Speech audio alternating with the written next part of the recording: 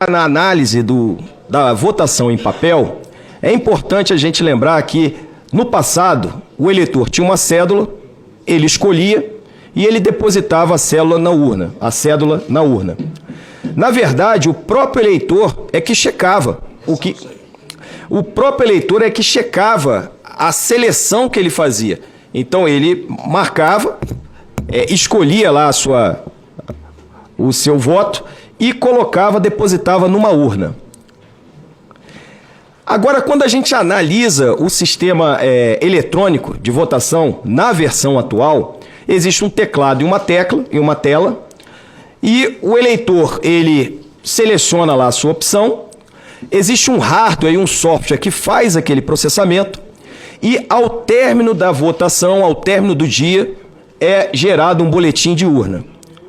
A questão de engenharia que se coloca é como assegurar que o sistema processa e registra corretamente a ação do eleitor. Por isso que se faz necessário checar tanto o funcionamento do hardware como do software e fazer testes físicos nessa solução. A própria resolução do TSE aponta para vários testes, né?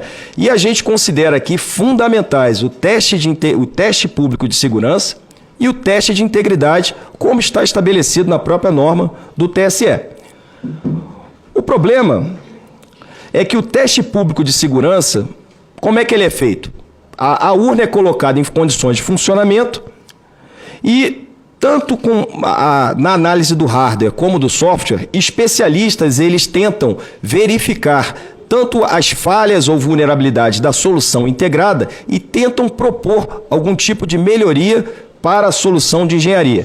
Então, essa é a ideia do teste público de segurança. O teste de integridade, ele é feito hoje da seguinte forma. Urnas são escolhidas, então a gente tem 577 mil urnas para o pleito eleitoral. Algumas dessas urnas são escolhidas. Essas urnas são levadas às sedes dos TREs. Na sede do TRE existem funcionários, colaboradores, que fazem uma votação paralela, ou seja, uma votação em papel e uma votação utilizando a urna com uma câmera que filma a ação do usuário lá na urna. E ao término dessa votação, Ao término dessa votação, as cédulas são conferidas com o boletim de urna, ou seja, verifica que a urna está operando corretamente. Agora, em relação às ameaças, até o momento, com a documentação entregue, com a informação que a gente tem, a nossa equipe estudou o problema e apontou algumas ameaças que ainda persistem, tanto na urna como no sistema. Em relação à urna, por exemplo, a gente nota que o TSE, ao longo dos anos, ele vem implementando muitas soluções de arquitetura, de processamento, de software. A gente reconhece que houve um avanço incrível na segurança da urna eletrônica e do sistema eletrônico de votação.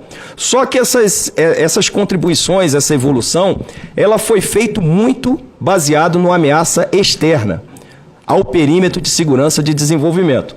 Então, em relação a essa ameaça externa, a gente considera que há, sim, um grande nível de proteção. A urna não se conecta à internet, não tem outras ligações. Realmente, para uma vulnerabilidade externa, é muito difícil.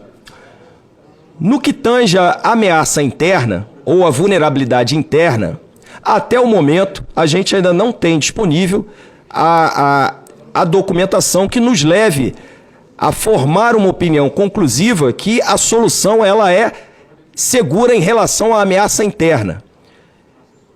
Na verdade, como ameaça, como vulnerabilidade, é possível que um código malicioso, dado a ameaça interna, como eu tinha falado, que é um grande... nos sistemas informatizados hoje, mais de 60% acontece por ameaça interna, é possível que um código malicioso tenha, sim... Acho que travou. Um código malicioso tenha, assim, sido inserido na urna e fique lá latente, esperando algum tipo de acionamento. E da nossa análise, esse código malicioso, ele pode, sim, funcionar para fazer a urna furtar-se ao teste. A exemplo do que eu falei da grande montadora, que o carro sabia que estava sob avaliação, é possível também que algumas considerações, esse código malicioso faça programado para ser acionado em condições específicas. A primeira delas é a entrada da biometria real. Por quê? O teste feito no TRE, o teste de integridade na versão atual, ele é feito na sede do TRE, onde não há biometria. O fluxo ou o ritmo de votação dos registros na urna, realizado na urna de teste, ele é diferente de uma urna real, ou de uma urna em condições reais de operação. É possível que tenha um código de acionamento de tecla feito pelo eleitor, um eleitor cooptado. É possível que a urna saiba que o horário de votação é diferente do horário normal e o código malicioso seja acionado. E é possível também que esse código malicioso esteja instalado nas urnas reservas. Até o momento a gente percebe que as urnas reservas não entram no pool, no hall de urnas selecionadas para fazer o teste de integridade. E pelos dados do próprio TSE, cerca de 10% das urnas são trocadas como urnas reservas. E pode ter outro tipo de acionamento.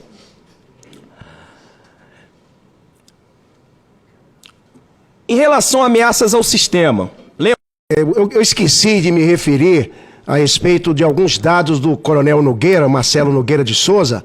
Ele é doutorado em processamento de sinais da Universidade de Tecnologia de Ilmenau, Alemanha, mestrado em engenharia de micro-ondas na Universidade de Tecnologia de Munique, Alemanha, e mestrado em engenharia elétrica na UNB, formado em engenharia de comunicações pelo Instituto Militar de Engenharia, e também é oriundo no curso de comunicações da Academia Militar das Agulhas Negras.